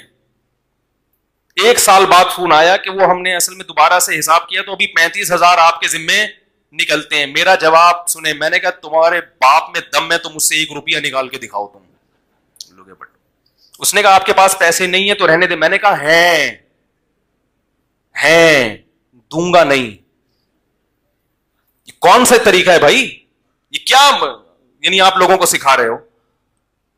کہہ رہے نہیں مولوی صاحب اگر مسئلہ, میں نے کہا خدا کی قسم مسئلہ نہیں ہے, پیسے ہیں میرے پاس بہت آرام سے 35 کیا 70,000 بھی دے سکتا ہوں, خدا کی قسم نہیں دوں گا. جھوٹ بولتے ہو, مکار لوگ ہو تم لوگ, بے شرم لوگ ہو. کلیئر بات کرنے کی ہماری قوم میں عادت ہے ہی نہیں. کوئی مسئلہ نہیں ہے, میں اپنے پیسے خرچ کر کے عمرے پہ چلا جاتا, الحمدللہ اللہ نے اتنا دیا ہے. لیکن آپ بات تو صحیح کریں, آپ بولے مولوی صاحب آپ کے ٹوٹل اتنے ہوں گے, ہمارے ٹوٹل اتنے ہوں گے, کوئی مسئلہ نہیں, ہم پھر بھی چلے جاتے. لیکن جھوٹ بولنا, ٹوپیاں کرانا, غلط بیانی سے کام لینا, لوگوں کو فری کا نام دے کے تاکہ لوگ زیادہ سے زیادہ آ جائیں, جب نکلتا ہے تو وہ فری نہیں ہوتا. یہ جھوٹ پلوت داڑھی والے اور حاجیوں میں ہم نے دیکھا ہے, حاجیوں میں جنہوں نے الو بنایا, ہر سال عمرہ کر رہے ہیں, ہر سال حج کر رہے ہیں. یہ ہر میں جہنم کی آگ سے نہیں بچا سکتا اگر اللہ کی خاص رحمت نہ ہوئی. حج کرنا فرض نہیں ہے زندگی میں ایک دفعہ, اور جھوٹ بولنا, دھوکہ دینا مالی معاملات میں یہ ہمیشہ کیا ہے, حرام ہے. آج حسین کی یاد میں جلوس نکل رہے ہیں, ماتم ہو رہے ہیں, ربیع الاول میں ناچ گانے ہو رہے ہیں, مگر مسلمان جھوٹ بولنا, پوری دنیا میں سب سے زیادہ کرپٹ قوم جو مشہور ہے, پاکستانی مشہور ہے پوری دنیا میں, ان میں کربلا میں ماتم کرنے والے بھی, حج کرنے والے بھی, عمرہ کرنے والے بھی. مالی معاملات میں کلیئر بات کرنے کی عادت ہے ہی نہیں. ہر آدمی گول بات کرے گا مالی معاملات, ہر آدمی سیدھی بات کرے گا ہی نہیں. بھائی تم لوگوں کو بول دو کہ فری کا مطلب فری نہیں ہے, صرف ٹکٹ فری ہوگا یا صرف ویزا فری ہوگا, باقی کچھ بھی فری نہیں ہے, آپ بول دو. وہ اس وقت بولتے ہیں جب آپ کا نام آ گیا اور آپ اچھی طرح سے پھنس گئے. اب آپ کو بولیں گے اتنے پیسے بھیج دیں, اتنے پیسے بھیج دیں, اتنے پیسے. حرام خوری کے ذریعے جو پیسہ کمایا جاتا ہے, مجھے خدا کی قسم اپنے پیسے خرچ ہونے کا غم نہیں, اللہ کے گھر پہ خرچ ہوئے 10 گنا اور بھی خرچ ہوتے غم, لیکن مجھے اس پر غم ہوا کہ جو حج کرنے والا, عمرہ کرنے والا, وہ بھی کیا بولتا ہے, جھوٹ بولتا ہے. وہ نبی صلی اللہ علیہ وسلم سے ایک صحابی نے آ کے پوچھا, یا رسول اللہ مسلمان سے یہ گناہ ہو سکتا ہے؟ آپ نے فرمایا ہاں ہو سکتا ہے, کبھی شہوت کا غلبہ ہو جائے. پھر فرمایا یا رسول اللہ یہ ہو سکتا, کبیرہ گناہ کا ذکر کیا, فرمایا ہو سکتا ہے. فرمایا یا رسول اللہ یہ ہو سکتا ہے؟ فرمایا ہاں یہ بھی ہو سکتا ہے. یا رسول اللہ مسلمان جھوٹ بول سکتا ہے؟ فرمایا نہیں بول سکتا. نبی نے فرمایا مسلمان جھوٹ نہیں بول سکتا. یہ نہیں ہو سکتا کہ مسلمان اور جھوٹ بول دے. اور ایک آخری بات میرے بھائی, 2 چیزیں ہمارے معاشرے میں بہت غلط پھیل رہی ہے. ایک جھوٹ پلوت پیسوں کے معاملے میں, 2 نمبری سچ بولنا, رشتوں کے معاملے میں جھوٹ بولتے ہیں, کبھی سیدھی بات نہیں کریں گے, جھوٹ بولیں گے, تنخواہیں اپنی غلط بتائیں گے, ہر چیز میں جھوٹ. دوسری بات ہمارے ینگ جنریشن میں بے حیائی, فحش فلمیں دیکھنا, لڑکیوں سے دوستیاں لگانا, زنا کرنا, اس کو معاشرے میں اب جرم سمجھنا چھوڑ دیا. عفیف پاک دامن خواتین کے فون آتے ہیں, میرے میاں کی اتنی لڑکیوں سے دوستی, میرے میاں واٹس ایپ پہ لڑکیوں سے باتیں کرتا ہے, میرا میاں ننگے جسم دیکھتا ہے لڑکیوں کے اور وہ اپنی تصویریں بھیجتی ہیں. مفتی صاحب اللہ کا واسطہ سمجھائیں, میں برباد ہو رہی ہوں. یہ حرام خوریوں کے مزے تھوڑے دنوں کے ہیں, یاد رکھو, یہ مزے بہت جلد. ایک خاتون تو اتنی تنگ آ گئی اپنے شوہر سے, کہہ رہی اب اس حرام خور کو ایسے چسکے لگ گئے لڑکیوں کے کہ اب یہ میرے سامنے بھی لڑکیوں سے بات کرتے ہوئے شرم نہیں کرتا, اور عورت لڑتی ہے تو طلاق کی دھمکیاں دیتا ہے. تو میں اس سے کہتا ہوں اس حرام خور کو مزے اڑانے دو.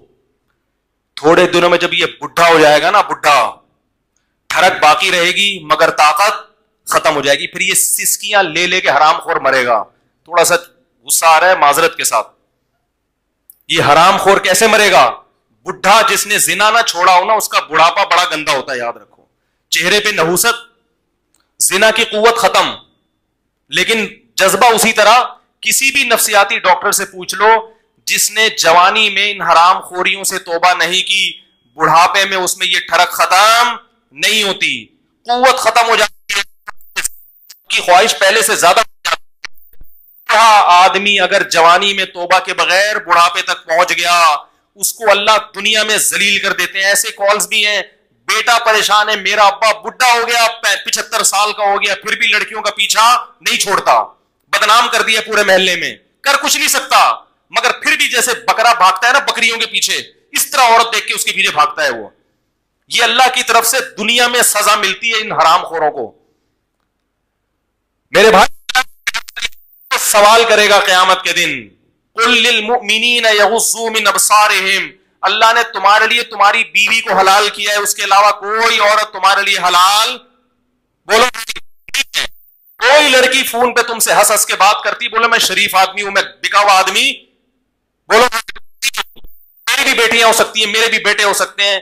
جب بیٹوں کو پتا چلے گا ہمارا باپ لڑکیوں سے دوستیاں لگاتا ہے, باتیں کرتا ہے, ان بیٹوں کے دل میں باپ کا کوئی تقدس رہے گا, کوئی عزت رہے گی باپ کی.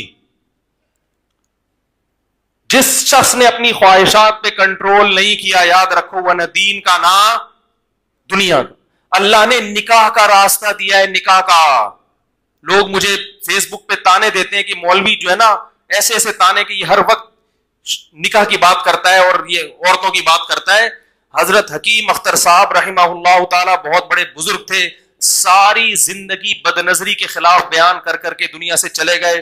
وہ فرماتے تھے لوگ مجھے تانے دیتے ہیں کہ یہ ہمیشہ فحاشی کے خلاف عورتوں کا تذکرہ ہی کرتے رہتے ہیں کہ ان کو مت دیکھو, ان کو مت دیکھو. اللہ نے بیوی پیدا کی اور فرمایا کہ لوگ مجھے تانا دیتے ہیں. فرمایا تمہیں اس گناہ کرتے ہوئے شرم نہیں آتی, مجھے اس کے خلاف بولتے ہوئے کیوں شرم آئے گی؟ ہر دوسرا نوجوان اس برائی میں مبتلا ہے. گرل فرینڈ کو عیب سمجھنا چھوڑ دیا لوگوں نے. او بھائی یہ گوروں کا کلچر ہے, جو سور کھاتے ہیں, کتے کھاتے ہیں, ان کا کلچر ہے یہ. لڑکیوں سے دوستیاں لگا کے ان سے انجوائے کرنا اور ان کے ساتھ پارکوں میں گھومنا, یہ کس کا کلچر ہے؟ یہ سور کھانے والوں کا کلچر ہے. یہ اس قوم کا کلچر ہے جو اللہ اس کے رسول کو نہیں مانتے. یہ اس قوم کا کلچر ہے جو بوڑھے والدین کو اولڈ ہاؤس میں جمع کرا دیتے ہیں. یہ اس قوم کا کلچر ہے جو بلوغت سے لے کے 50 سال کی عمر تک سینکڑوں ہزاروں بار زنا کرتے ہیں مگر گھر بسا کر اولاد پیدا کرنے کے لیے تیار نہیں ہوتے. وہ انسانوں کی نسل جو اس کام کے لیے تیار نہ ہو کہ انسانوں کی گروتھ ہو, اس سے آپ کیا خیر کی توقع رکھو گے؟ انہوں نے حرام خواہشات پوری کرنے کے لیے مرد اور عورت کا فرق اس قوم کے پیچھے بھاگ رہے ہو, اس کلچر کو فالو کر رہے ہو. کل تمہاری بیٹیاں بھی جوان ہوں گی, لیکن افسوس ایسا ہوتا ہے کہ اتنے لبرل ہو گئے کہ اگر بیٹیاں بھی یہ حرکتیں شروع کر دے تو بھی ان کو غم نہیں ہوتا. یہاں تک معاملہ پہنچ گیا ہے. تو میرے بھائی اسلام بے حیائی کو پسند, ان اللہ لا یامر بالفحشاء, اے نبی ان سے کہہ دیجئے کہ اللہ کبھی بھی بے حیائی کی اجازت نہیں دیتا. تو میرے بھائی اپنی جان پہ ترس کھاؤ, ان حرام کاریوں سے توبہ کر لو. لڑکیوں سے دوستیاں بولو نا بھائی مت لگاؤ. شاعر نے کہا رنگ رلیوں پہ زمانے کی نہ جانا ہے دل, یہ خزاں ہے جو بانداز بہار آئی ہے. یہ جوانی کی عیاشیاں ہیں جو تمہارے بڑھاپے کو برباد کر دیں گی. یہ چیزیں تمہیں اللہ کی یاد سے غافل کریں گی, نماز تلاوت سے غافل کریں گی. جوانی میں عیاشی کا مزہ بہت جلد خراب ہو جاتا ہے. دیکھو انگریز کے پاس تو سیدھا راستہ ہے ہی نہیں, وہ کہتے ہیں یہ نہیں کروں تو پھر کیا کروں. تمہارے پاس تو ایک راستہ اللہ نے دیا ہے. اپنے آپ کو عبادت میں کھپاؤ, نماز میں دل لگاؤ, تلاوت میں دل لگاؤ, پاکیزہ زندگی میں دل لگاؤ. بہت خوبصورت بوڑھوں کی زندگی دیکھو, مسلمان بوڑھوں کی جو نیک ہوتے ہیں کتنی پیاری زندگی ہوتی ہے ان کی. ہر وقت ہاتھ میں تسبیح, ہر وقت چہرے پہ وضو کا نور, ہر وقت مسجد میں دل اٹکا ہوا. اگر یہ زندگی تم نے توبہ مت نہیں کی تو میرے بھائی بڑھاپا بہت خراب گزرے گا, بہت خراب گزرے گا. مرو گے سسکیاں لے لے کے, اور جوانی بھی جلدی برباد ہو جائے گی. سکون نہیں رکھا اللہ نے ان گناہوں میں. کس قدر عورتیں پریشان ہیں, پاک دامن عورتیں, کتنی مشکل سے آج کل رشتے ملتے ہیں. کوئی ایک واقعہ ہو تو میں بیان کروں, ہر دوسرے دن یہ کال آ رہی ہے, اور یورپ امریکہ میں تو بہت زیادہ ہو گیا ہے. ہر عورت پریشان ہے کہ میرا شوہر مجھ سے وفا نہیں کر رہا. لڑکیوں سے دوستیاں, لڑکیوں سے دوستیاں. بھائی کل تم اپنی بیٹیوں کا گھر کیسے بچاؤ گے؟ تم یہ چاہتے ہو کہ تمہارا داماد وہ اسی کنڈیشن میں ہو کہ 100 لڑکیوں سے اس کی دوستیاں ہو, تمہاری بیٹی کیسے گھر بسائے گی اس کے ساتھ؟ اللہ تعالیٰ موت سے پہلے سچی توبہ کی توفیق نصیب فرمائے. یہ ہے اسلام. ان چیزوں کو لوگوں نے فوکس کرنا چھوڑ. بس کچھ رسومات ہیں, حلیم کی دیکھ پکا لو, گھوٹے لگا لو, یہ کھا لو, ربیع الاول پہ حلوے مانڈے کر لو, تھوڑا سا جلسہ لگا لو, اسپیکر بھونپو لگا دو لوگوں کے گھروں میں, اور وہ ان کی سیرت پہ بیان کر لو, فلاں کی سیرت پہ بیان کر لو, اس کی یہ کر لو تھوڑا سا, پھر قوالیاں کر کے تھوڑا سا. میں وہ جاتا تھا اس میں ایکسپریس ٹی وی میں نا ریکارڈنگ کے لیے, تو میں قرآن کی ریکارڈنگ کرتا تھا تفسیر کی. ایک دن میں ذرا جلدی پہنچ گیا, تو جہاں میں ریکارڈنگ کر رہا تھا وہاں قوالی چل رہی تھی. تو جو لوگ میرے درس میں ٹوپی پہن کے بیٹھتے تھے نا بڑی تمیز سے, وہ ناچ رہے تھے. میں عجیب ہے, میں نے کہا بھائی کیا, تو وہ قوالی چل رہی, ڈیشن ڈیشن ناچ رہے ہیں. جیسے ان کا ٹائم ختم ہوا وہ سب ٹوپیاں پہن کے میرے سامنے بیٹھے. میں نے کہا یہ کیا ہو رہا ہے بھائی. تو بی بی تمیزہ کا وضو ہے. بی بی تمیزہ کو وضو کرنا نہیں آتا تھا. ایک امام صاحب نے ان کو وضو کا طریقہ سکھایا اور کہا کہ نماز پڑھا کرو. اس نے کہا نماز کیسے پڑھوں, وضو نہیں آتا. اس نے وضو کرایا, انہوں نے کہا اب نماز پڑھو. نماز شروع کر دی اس نے. وہ چلے گئے. 10-15 سال کے بعد امام صاحب کا اس گاؤں سے گزر کیا. انہوں نے بی بی تمیزہ سے پوچھا ہاں بھائی نماز پڑھ رہی؟ اس نے کہا الحمدللہ 10 سال سے ایک نماز قضا نہیں ہوئی. انہوں نے کہا اچھا وضو بھی کرتی ہو نا؟ اس نے کہا وہ تو آپ کرا کے چلے گئے تھے, وہ تو آپ کرا کے چلے گئے تھے. تو بی بی تمیزہ کے 10 بچے ہو گئے مگر ان کا وضو نہیں ٹوٹا. تو آج بھی مسلمان کا تقوی نہیں ٹوٹتا. وہ لڑکیوں سے گپے مارے, انٹرنیٹ پر فحش فلمیں دیکھے, کلیگ جو لڑکی صاحب بیٹھی اس سے صبح شام ہیلو ہائی کرے, مگر حج کبھی کرے گا اور عمرہ بھی کر لے گا اور سارے کام ہو رہے ہیں, اور صلاۃ والسلام بھی پڑھ لے گا, اور جناب اچھی اچھی باتیں بھی کر لے گا بیٹھ کے. اس کا تقوی ٹوٹنے کا نام, اور فری عمرے کے نام پہ 90,000 روپے بھی کھا لے گا, پھر بھی فری عمرہ رہے گا اس کا. فری ابھی بھی فری کرا رہے ہیں وہ, اور سب ایسے ہی ہیں, کوئی ایک کی بات نہیں ہے. جتنے فری عمرے والے, مجھے کل کوئی والے صاحب فری عمرہ ہو رہا ہے, میں نے کہا اللہ کا واسطہ میں فری میں نہیں کروں گا.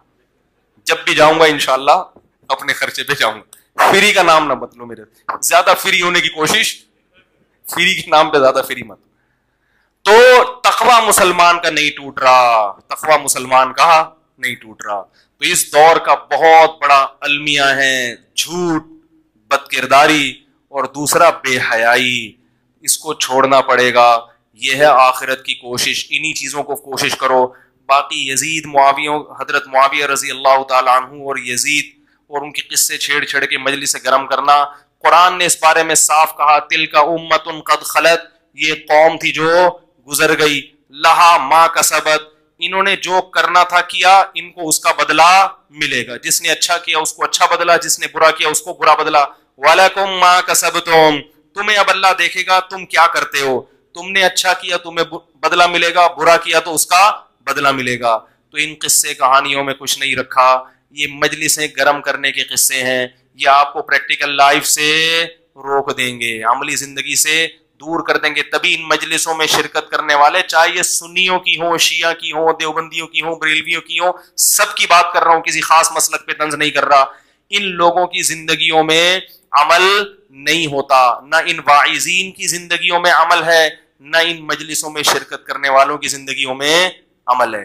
یہ عمل سے کورے ہوتے ہیں اور کورے رہیں گے, کیونکہ ان کو شیطان نے سیدھے راستے سے ہٹا کے غلط راستے پہ چلا دیا. تو ہم نے اسلام کو فالو کرنا ہے, نماز قائم کرنی ہے, زکوٰۃ دینی ہے, وراثت کو وقت پر تقسیم کرنا ہے, بہنوں کی وراثت ان کو ہینڈ اوور کرنی ہے, ان کی وراثت کھانی نہیں ہے. چھوٹا بھائی یتیم ہے تو بڑا بھائی کاروبار پہ قبضہ, بولو بھائی, نہیں کر سکتا. وہ چھوٹے بھائی کی وراثت نہیں کھا سکتا. کاروبار کے نام پہ بہنوں کو ٹوپیاں, ابا نے کاروبار کیا, بیٹے اس کے ساتھ شریک ہوتے ہیں, جب ابا مرتے ہیں تو بیٹے کہتے ہیں ہمارا بزنس ہے. فقہاء نے لکھا ہے کہ باپ کے کاروبار کو اگر بیٹوں نے ترقی دی تو ان کی حیثیت محض معاون اور مددگار کی ہے, وراثت میں ان کا حصہ اس کاروبار کی وجہ سے, بولو بھائی, نہیں بنے گا.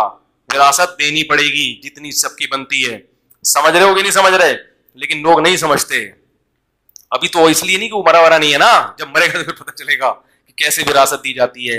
اور دوسری میرے بھائی, یہ جو غلط رسومات ہیں, عورتوں سے جہیز لینا, یہ اسلام میں اس کی اجازت نہیں ہے. اسلام میں مہر ہے کہ نکاح کے وقت عورت کو دیا کرو, عورت سے پیسہ, بولو نا یار, نہیں لیا کرو. یہ جہیز کا تصور یہ غیر شرعی ہے, اس کو ختم کرنا پڑے گا. بارات کا کھانا بولتے کیوں نہیں, یہ بند, اب منہ بند. بارات کا کھانا نہیں ہے. نبی نے 4 بیٹیوں کی شادی کی, ایک کھجور بھی نہیں کسی کو کھلایا, لیکن ولیمہ اپنی ہر شادی پہ کیا ہے. تو لڑکا کھانا کھلاتا ہے, لڑکی والے نہیں کھلاتے. اسلام ہے یہ. آپ کہیں گے اتنی بارات آئی ہے تو اس کو کیا کریں, سوکھا بھیج دیں. کیوں آئی ہے بارات؟ بارات ہے ہی نہیں. مسجد میں نکاح ہو, جو لوگ بیٹھے ہوئے ان کو وہ لڑکے والے چھوارے ٹوفی چوفی بانٹ کے پتلی گلی سے نکلو, اور دلہن کو لینے کے لیے 1-2 افراد یا چلو 4-5 افراد آ جائیں, بس کافی ہے. اگلے دن دولہا کے گھر پہ کھانا کھائیں گے سب. یہ اسلام ہے. لیکن ہم اس کو فالو ابھی تو یوں کر رہے ہیں, لیکن کریں گے نہیں, مجھے پتا ہے. ابھی میں یہاں کوئی لگا دوں نا مجلس, پھر دیکھو جتنا مجمع ہے اور لوگ آ جائیں گے, یار مجلس ہو رہی ہے. تو یہ ہے اسلام. اسی طرح جب آپ نے کنوارے لڑکے کے لیے بھی دوستیاں لگانا حرام ہے, اور شادی شدہ کے لیے زیادہ حرام. کنوارا لڑکا زنا کرتا ہے, اسلام نے 100 کوڑے رکھے ہیں. لیکن شادی شدہ آدمی زنا کرتا ہے تو اسلام نے کیا کہا ہے, زمین میں گاڑ کے اس کو پتھروں سے مار کے ہلاک کر دو. یہ حلال گوشت کے ہوتے ہوئے حرام بدبو کی طرف. دیکھو ایک طرف سور رکھا ہو, آپ غیر ملکی ممالک میں جاؤ, کچھ بھی کھانے کو نہیں مل رہا, پھر آپ نے سور کھا لیا تو یہ بھی غلط ہے. لیکن ہم کہیں گے یار کچھ مل نہیں رہا تھا, لیکن ادھر ایک برگر ٹکے رکھے ہوئے ہیں بڑے بہترین گائے کے حلال گوشت کے, اور ادھر سور رکھا ہوا ہے, پھر بھی سور میں ہاتھ مار رہا ہے, یہ قابل معافی نہیں ہے. جبریل نے دیکھا نبی صلی اللہ علیہ وسلم جب معراج پہ گئے تو آپ نے دیکھا کچھ لوگ صاف ستھرا گوشت رکھا ہے اور وہ چھوڑ کر کیڑوں والا بدبودار گوشت کھا رہے ہیں. آپ نے پوچھا جبریل سے کہ یہ کون لوگ ہیں؟ نبی نے فرمایا یہ وہ لوگ ہیں جو حلال بیوی کو چھوڑ کر طوائفوں کے پاس جاتے تھے, حرام عورتوں کے پاس جاتے تھے.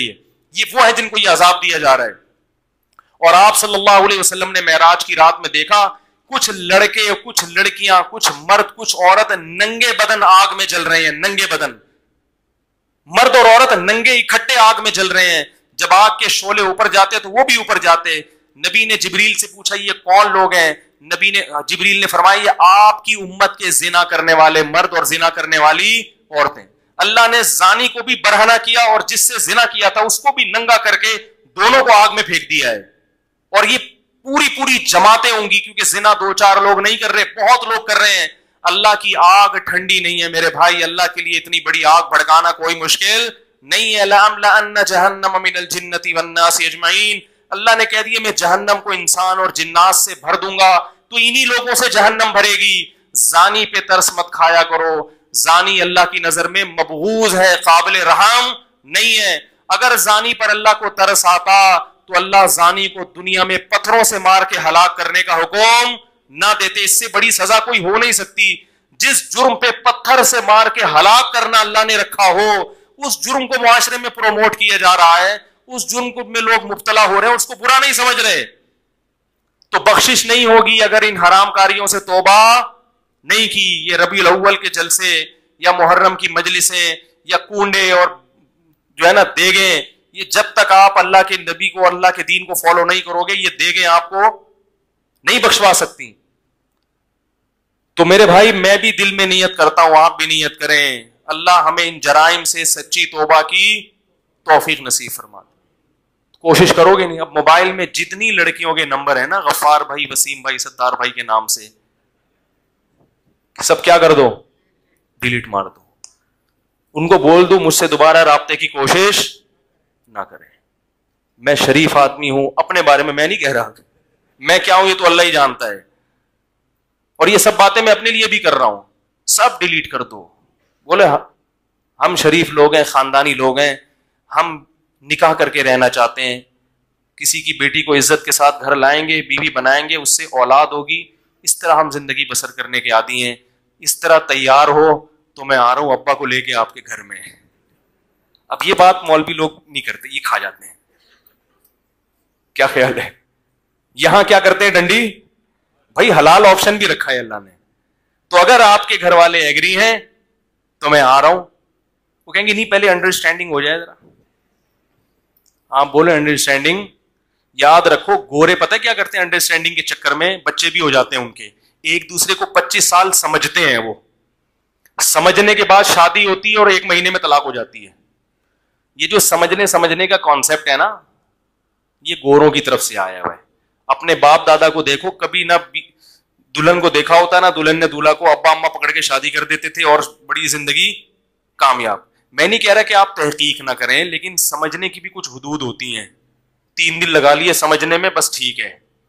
3 دن سے زیادہ بولو بھائی, یہ پھر سمجھنا نہیں, پھر یہ چسکے لینے والی بات ہے. یعلم خائنۃ الاعین وما تخفی الصدور, اللہ سینوں کے بھیدوں کو بھی جانتا ہے اور آنکھوں کی خیانت کو بھی جانتا ہے. اللہ جانتے ہیں کون سمجھنے کے لیے بات کر رہا ہے اور کون چسکے لینے کے لیے بات کر رہا ہے. اللہ سب جانتے ہیں. تو دوستیاں مت لگاؤ. ولا متخذی اخدان, قرآن صاف کہہ رہا ہے کہ تمہیں دوستیاں لگانے کی اجازت نہیں ہے. اللہ تعالیٰ ان حرام کاریوں سے ہمیں اس عاشورہ کے مبارک دن میں توبہ کی توفیق نصیب فرمائے. اور دعا کے بعد 2-4 منٹ کی بات کروں گا. جن لوگوں نے جانا ہے وہ نماز کے بعد چلے جائیں. پھر یہ میری طرف سے آپ باؤنڈ نہیں ہوں گے, آپ کی چھٹی ہے. عاشورہ کے حوالے سے کہ یہ مبارک دن ہے یا منحوس دن ہے, ایک بات میں دعا کے بعد کروں گا کیونکہ وقت بہت زیادہ ہو گیا ہے. تو جو حضرات بیٹھنا چاہیں وہ بیٹھ سکتے ہیں, جو جانا چاہیں وہ بخوشی جا سکتے ہیں. تو ایک آخری بات کروں گا دعا کے. اچھا نہیں, وقت بہت زیادہ ہو گیا ہے, تو آپ اس کو ابھی 5-10 منٹ بعد ہم دوبارہ آن لائن ہوں گے, تو پھر انشاءاللہ وہ عاشورہ کے حوالے سے ایک اہم ٹیکنیکل پوائنٹ کی بات ہے وہ آپ کے سامنے کروں گا. اللہ عمل کی توفیق عطا فرمائے.